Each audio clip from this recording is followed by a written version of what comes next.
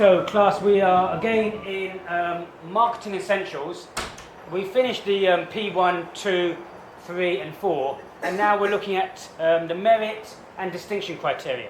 At the moment, we are focusing on M1, M2 and D1 because they kind of all interrelate to each other. So M1 says, analyze the roles and responsibilities of marketing in the context of the marketing environment.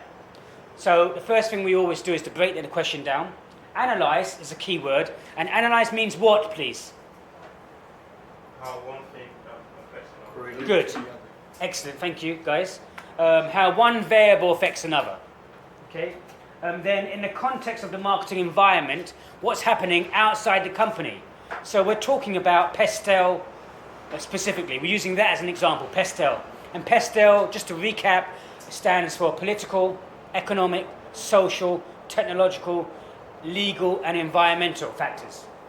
And so how does the role of marketing affect the context of the marketing environment? The roles and responsibilities of marketing, as we've said, the roles and responsibilities of marketing, again, is the mission statement, looking at the situational analysis in terms of the internal and external, the marketing strategy in terms of segmentation, targeting and positioning, and then looking at the marketing mix, and then the implementation and control. So these are the marketing functions from a strategic and operational level. You've already done that in P1 and P2, so you don't need to re-say this again. So, but how does the responsibilities of marketing, so analyze the roles, how does one thing affect another? So let's say one thing happening in the marketing environment could be what? Brexit, good. So how does Brexit affect the situational analysis of the marketing role? What does it mean? Change everything. Okay, we know that because of Brexit, the pound has fallen by 20%. And because the pound has fallen by 20%, what does that mean for the cost of things coming in from other countries to the UK? What does it mean? Going up. So the cost of these goods go up. So if the cost of these goods are going up, then Apple's products are going to be making less profit. Take a seat down there. They're going to be making less profit because the cost of your goods is more expensive. Okay? So if they're making less profit, then in terms of one of the marketing roles, it's affecting the marketing situation in terms of marketing trying to meet their aims and objectives in terms of their set targets. So obviously the targets are going to be reduced purely because of the situational analysis in terms of Brexit. That's one example. Can you give me another example? What's happening, please, in the marketing environment? Give me another example. Can you give me another example? Anyone? Can you give me another example? What you said earlier? Of what? So we know that consumer spending and consumer pay hasn't really gone up in line with inflation. We know that people's pays have gone up by 0.5% or maybe 1%. This means inflation is going up by about 2.9% and people's pays are only going up by 1%. This means people have less money in their pockets to spend. If people have less money in their pockets to spend, then they start thinking to themselves they've got less money. And then if Apple's products cost £750, £800 for an iPhone, what might you think of doing? Buying a cheap alternative. If you're buying a cheap alternative, that's going to affect Apple's sales, isn't it? It's going to affect Apple's sales, which means Apple are going to take less sales and therefore less profits. So again, this is a marketing situation where marketing are going to be not going to be hitting their targets, their sales targets. So again, this is something that marketing will need to take into consideration and see what they're going to do to put into practice to counteract that. Make sense? Is that question answered? Yeah? Okay. So that's M1. M2 says, analyze the significance of interrelationships between marketing and other functions, units of the organization.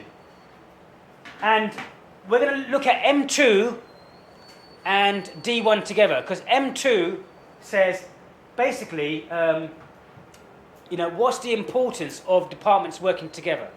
And what case study are we looking at? Apple. So what's the significance of these departments working together? And then in D1 says critically analyze your own opinions, your own thoughts, and evaluate the pros and cons of the key elements of the marketing function and how they interrelate with the functional units of the organization. So the functional units are the different departments. Remember we said that. So M2 and D1 kind of interrelate together. So we're going to answer these two questions together. We have to critically analyze, stating the pros and cons. So what type of organizational structure does Apple have, if we recall? A spoke wheel. Excellent. It has a spoke wheel. At the center of the spoke wheel, who is at the center? CEO. Who is that? Tim Cook. Tim Cook. The CEO, Tim Cook. And then round the edges, you have your SVPs. Thank you, George. Your SVPs, your senior vice principals. And these look at various functional areas. Functional areas like software development, like hardware development, like HR, like marketing, like sales, like engineering, like research and development. Yes? Like finance. Good. So you've got all these other functional departments on the outside. And then outside the functional departments, what do you have? VPs, vice principals, who then report in terms of product sectors to these SVPs. Okay, so how do these departments interrelate? How do they interact now? How does this spoke wheel allow these departments to interrelate? Well, because of the spoke wheel, and it going through Tim Cook, these departments talk, the SVPs talk to Tim Cook, but the SVPs also talk to each other. So the hardware department is talking to the software department. Why is that so important, please? Because they don't need to spend time and lose time. Yes.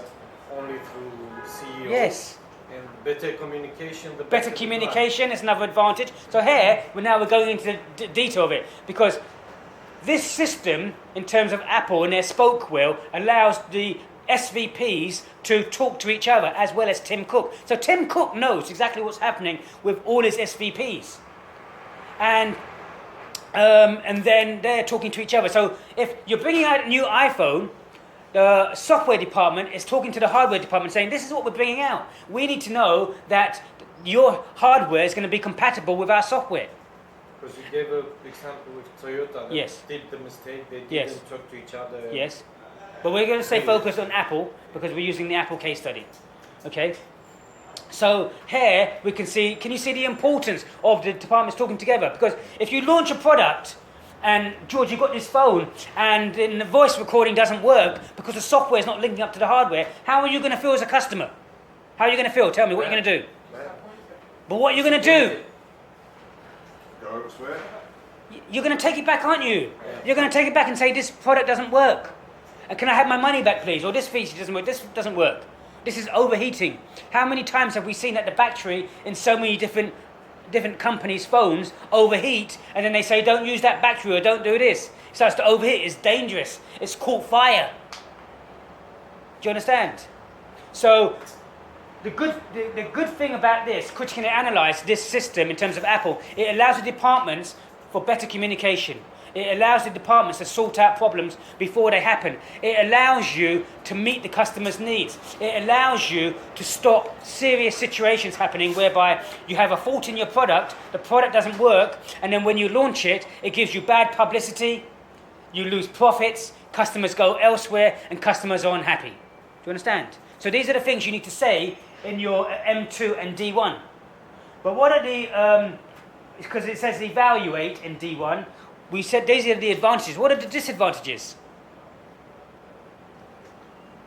What are the disadvantages of this? It could take too long if you spend too much time.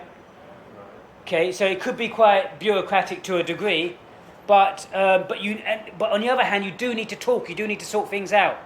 Okay, I suppose the only disadvantage to this is the fact that if the people don't get on and people don't work together, then it's hard. Because people, they're on the same level. All these SVPs are on the same level. And if they don't get on and you don't have a good working relationship with your colleagues, then you know, it's not going to work. So it's extremely important that your colleagues work together. There's good team building. There's a good rapport with each other. Because if you're SVP and I'm an SVP, you can't tell me what to do. We have to work together to get it done. Because you're at the same level as me. The only person who can tell me what to do is the CEO, which is Tim Cook. Do you understand? Okay. Do you think we've answered that? Yeah? So try and give me a few examples in terms of M1, M2 and D1. I want 2 examples in terms of M1 and I want 2 examples in terms of M2 and D1. M2 and D1 do together. Okay? How many words do you think I'm looking for M1, M2 and D1? About 500 words for those 3. No. No. All of them together. M1, M2 and D1, 500 words. Positive. It needs to be concise. Because remember, you've already talked about a lot of this in P1 and P2 already.